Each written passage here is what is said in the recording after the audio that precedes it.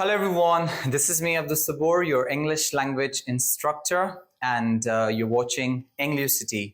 Well, EnglioCity always aims to share you people the best tactics and the best structures for improving your English language skills. Well, in this very specific tutorial, I've come up with a very interesting topic, a topic which has become a concern, a topic which has become a confusion, and a topic which has become a problem for many English learners, which are the forms of verbs. So how to master the forms of verbs, the first form, the second form, and the third form, and the fourth form of verbs. Let's take an example of a regular verb: walk, walked, walked, and walking. So these are the four forms of verbs. Let's take an example of irregular verb: go, went, gone, going.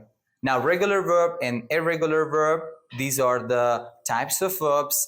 And in the form of verbs, we always have four forms of verbs. And most of the time, it is a confusion for students when to use this and which tense to use. So in this very specific tutorial, I'm actually teaching you people when to use first form of verb, when to use second form of verb, when to use third form of verb, and when to use fourth form of verb.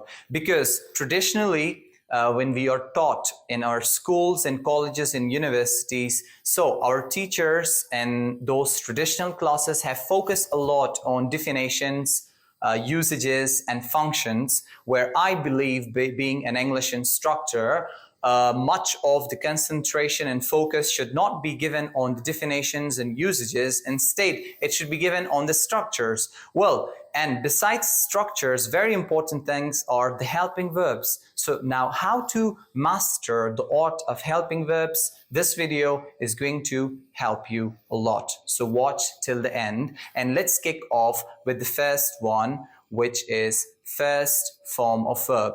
So first form of verb in active voice, obviously 90% we use active voice sentences in our spoken language. So first form of verb is used in present tense. First form of verb is used with simple future tense. These are the only two tenses where first form of verb is utilized, right? For example, I. When you talk about present tense, it talks about regular actions. For example, I wake up in the morning. I take my breakfast. She goes to school. So present tense will always take first form of verb, right? Where we talk about future tense, describing actions with will, simple future tense, right? We again use first form of verb. So will is always followed by first form of verb. I will go to Peshawar. I will go to the movies. She will drive to the school, or she will drive to university, right? So after will, we always place first form of verb. Now moving towards the second form of verb, where second form of verb is always used in simple past tense only, right? For example, she drove to university, and I woke up. When you talk about a past action, action which took place in the past, or when you talk about actions in the past, I went to the movies, right? Now moving ahead towards third form of verb. When to use third form of verb? A third form of verb is always used after has, have, had. These are the helping verbs: have, has, and had, right? When they are individually there in the sentence structure, so we always place a third form of verb. For example, she has gone, or she has driven, or we have cooked the meal, or had. They had gone, he had gone, right? Now, with all these helping verbs, whenever we have I have, so we have to keep this thing in mind, that we have to use a past participle, which is third form of verb. I have directly plays third form of verb. She has plays third form of verb.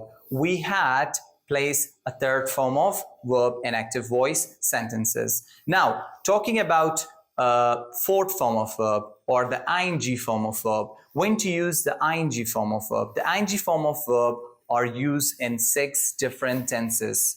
which are the simple continuous tenses and which are the perfect continuous tenses. For example, with present continuous, with past continuous, with future continuous, with present perfect continuous, with future perfect continuous, and with past perfect continuous, right?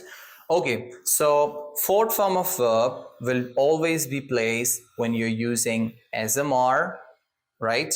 When you say he is, so make sure he is gonna, okay? You should not say he is go. You have to say he is going, right? When you say they are, so they are drive na. They are driving. So SMR is always followed by a fourth form of verb. Our fourth form of verb would always be placed after SMR and also after have been. I have been. I have been what? You have to place a fourth form of verb, the action you're talking about. I have been driving. I have been waiting. I have been watching, right? Has been. Again, you have to add a fourth form of verb. He has been driving. He has been going. He has been watching. And then we say had been. He had been cooking. He had been watching. He had been driving, right? So with all these 6 major tenses, fourth form of verbs are used. The simple continuous tenses and the perfect continuous tenses. And the helping verb for them are SMR, have been, has been, and had been. Well, I hope this video was helpful for you people, right? And I hope you will note all these helping verbs and you will note all these form of verbs. So these 4 different form of verbs are used with these different helping verbs that I mentioned in this video. So how to master now this art is very simple. You have to write the rules and regulation from this very specific video, and after that you need to make 40-50 examples if you really want to practice this art, and if you really want to eliminate or finish or eradicate the all grammatical mistakes you people have in your spoken form, right? You can only make it perfect by practicing these rules and regulation. Well, I hope you found this video helpful. Do share your comments about this very specific video. Thank you very much, and I'll see you for the next videos.